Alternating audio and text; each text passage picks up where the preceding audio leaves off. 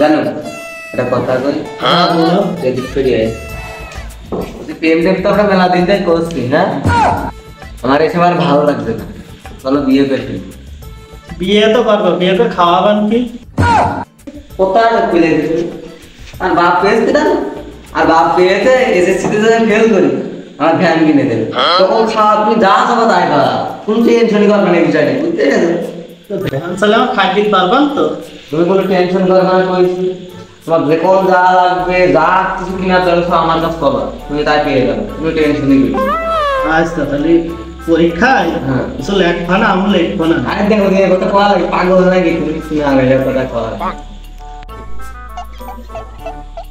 10টা তো বেজেই গেল যাই ক্লাসটা নিয়ে আসি Oh no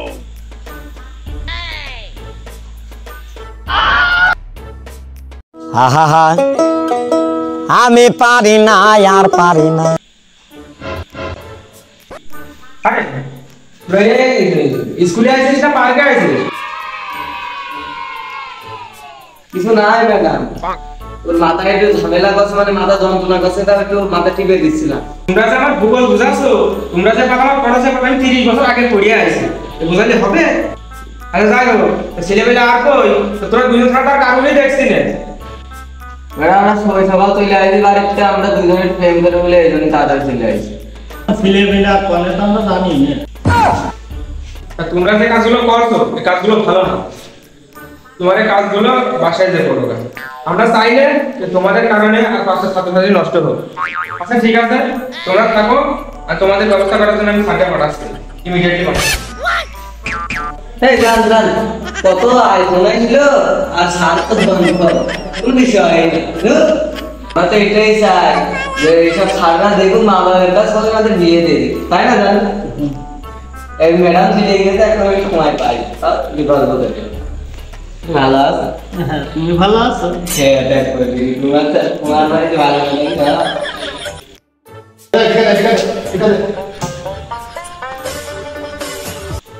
এ সাইডে স্কুলে মিছিল আসতে আগে ভালো ভালো লাগে কে তাহলে তো তাস মাস খেলা যায় মনে সুখী এই জন্য স্কুলে আসি বাড়ি মালা থেকে ধানের লাগালে গরুর ঘাস কাটো কাগজের ঘাস কাটো কুকুর পানি নিয়ে দাও ওটা ভালো লাগে না বলে স্কুলে দিল মনে সুখী তাস খেলতে পারি বলে স্কুলে আসি কুকুরও পানি নিয়ে দাও মানে বিয়ে শাদি করে নিয়ে ওই নিজের কাজ নিজেই করি সারা বিড়ি দে বিড়ি বিড়ি না খালি ভালো লাগে আল্লাহ আমরা খেয়ে বা কি হবে তো বিড়িটা না খালি হয় না স্কুলে মধ্যে সাবজেক্ট চলে যাবে কত বিপদ হবে না ও আর আস্তে আস্তে আমরা ঘাই বেরিয়ে দিবা তো না ভাই তাই ছেলে বিয়ে কি দশটা নিয়ে আসছে কি রে কোন গিয়ে ছেলে বিয়ে সব ও ভাই সাপড়া আরে এটা কি করছিস সকালে আরে কথা কি শুনতে পাচ্ছ আমার কি করছিস না ওখানে ওই কথা ওকে না দেখিনা তারা বসছি কথাটা কি ওরা আমি যেটা সার মানুষ এবার ডাকছিল কথাটা তুইও ডাকিও আমি তোমার সার রে ওইটারে সারে আছে ওইটা খাও এই তো না কাপড় নেই না মতন কাজ করলে কি হলো স্যার তখন বসে তুমি কি করছিলে স্যার তার খেলা বছর আমার বিয়ে খাচ্ছে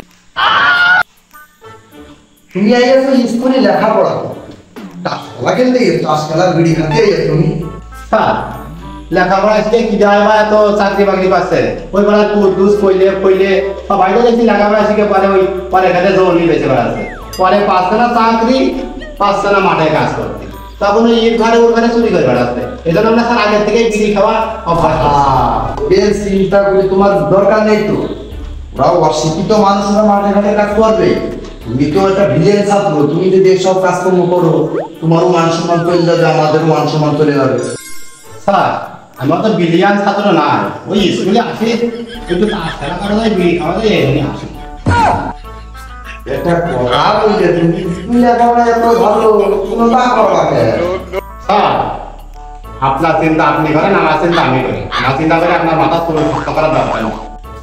তুমি যে পর্যায়ে কথাবার্তা বলছো, তোমার কথাবার্তা আসছে না। আমি যে একটা ছাড়, তুমি একটা ছাড়, তোমার যদি ভালো না লাগে তাহলে তুমি তাদের দিকে এসো না।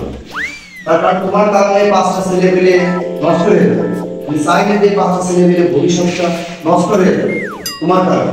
তুমি তো নষ্ট হয়ে গেছো তো, আমি চাই না যে 5টা ছেলে পেলে নষ্ট হয়ে যাবে। স্যার বোধহয় মাইন্ড দিলেছে। আর মাইন্ড করে কোন আমি মাইন্ড খাই আমরা তাহলে চল আমরা কালকে স্যার স্কুলে আসবো। हाँ हमारे भी ज्ञान नहीं देखा ना तुम्हारो दे में हमारो है भाई वाले ছিলাম 3.5 বছর তুই উঠি 9.5 বছর মোট 15 বছর পরে এ দেখো তো তোমার সব দাঁড়িয়ে বলি কেন হইছে বসো না, বসো। এটা জ্ঞান দিতে গেছে তুমি ছাত্র, আমি তোমার ছাত্র। আর তুমি আমার জ্ঞান দিতে আসছো, তোমার সাথে জ্ঞান দিতে আমার বহুত আছে। তোমার ভালো না লাগলে তোমার কইলে, ভালো না লাগলে তুমি চলে যাবা। তুমি সারা দিন কেন বড় লাগে তো মুখ ভালো করে কথা বলো, বসো।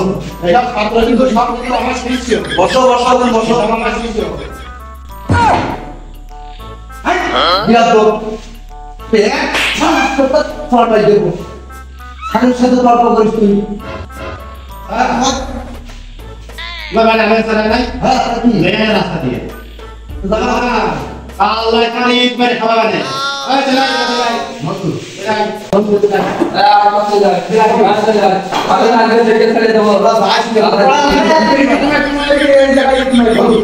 রে? গাড়া একবার ওরাম ভালো করে নিয়ে মধু। এটা কথা কদিন এই যে সার হয়ে আমি যে তার অনুরোধ করলাম, মধু তোরা এসব নেশা দ্রব্য থেকে সরে যা, সরে যা। পুরা শুনলো না কথা। এইসব শাসন করতে যেও স্কুলে ছেলে পেলে ছাত্রছাত্রী থাকছে না, কি করবো? এই জ্বালা তো সহ্য হয় না। ওদের মা বাবার কাছে আমি বলবো, বলে তো কোনো লাভ হবে না। ওদের মা বাবার আমাকে হুমকি দেয় যে ছেলে পেলের গায়ে যদি মারো, পড়া না বলি তোমার বিপদ আছে। তোরা তো ওরকম নষ্ট হবে। আবার কয় যে আমার ছেলের গায়ে আমি মারি, তুমি মারার কি যা, পড়া হোক বা না হোক, শাসন করার মতন কায়দা নেই। আমার হুমকি দিয়ে গেল, এই রাস্তাতে গেলি এখন আমার মাথায় মারবে ইট, এখন পেন নিয়ে যাবো বাড়ি।